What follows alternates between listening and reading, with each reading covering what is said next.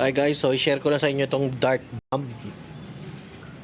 Actually, ito ang isa sa pinaka-delikadong paputok kung lagi kang malimutin sa safety. Kasi kung makikita mo dito, meron siyang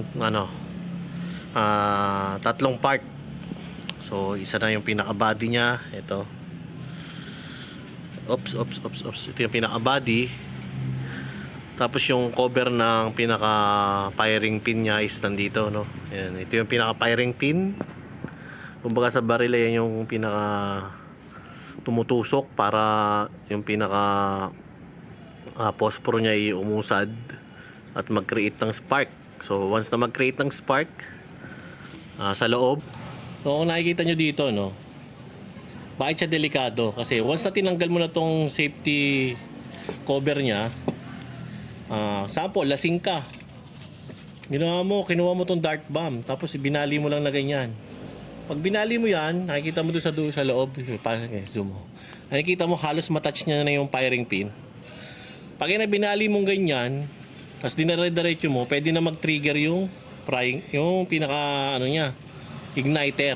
So pinaka the best niyan, hiwain mo na lang muna dito or kahit sirain mo bago mo siya hilahin mong ganyan. Huwag mong babaliin kasi pag binali mo yan, mababali ito. So once binali mo yan, mag-i-spark sa loob. So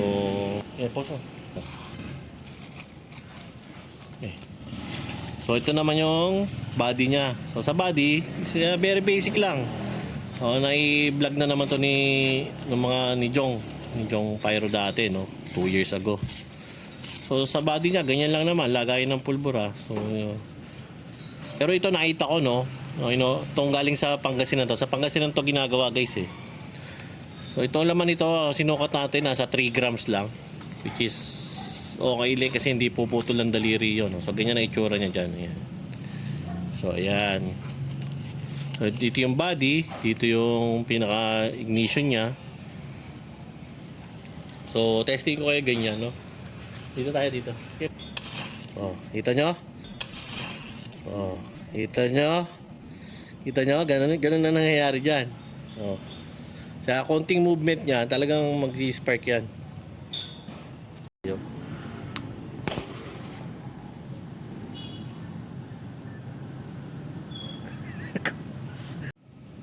So bakit ko siya sinasabing isa sa pinakadelikado? Kasi guys, yan na yung naka-build in na sa kanya yung mag-spark sa kanya, eh. Konting sagi mo lang, talagang sasabog na. Hindi siya katulad dun sa Piccolo, kasi sa Piccolo, kung mapapansin nyo, yung ignition niya, meron siyang stopper muna. Uusok muna yon bago mag-spark yung dulo.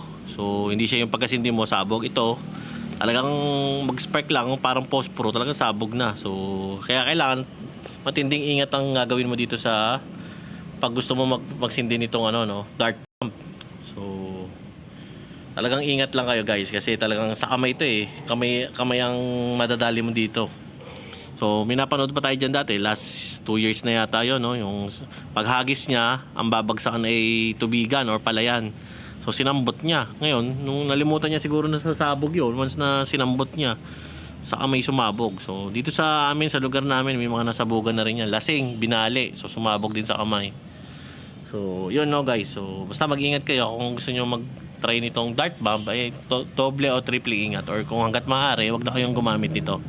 So hindi ko naman sinisiraan yung mga maker, no. So kung gusto nyo i-try, go ahead. Nasa tamang edad ka, gawin mo yung safety features na sinabi ko, no.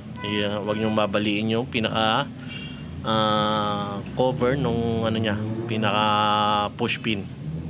So yun lang, guys. Thank you for watching. Keep safe lagi.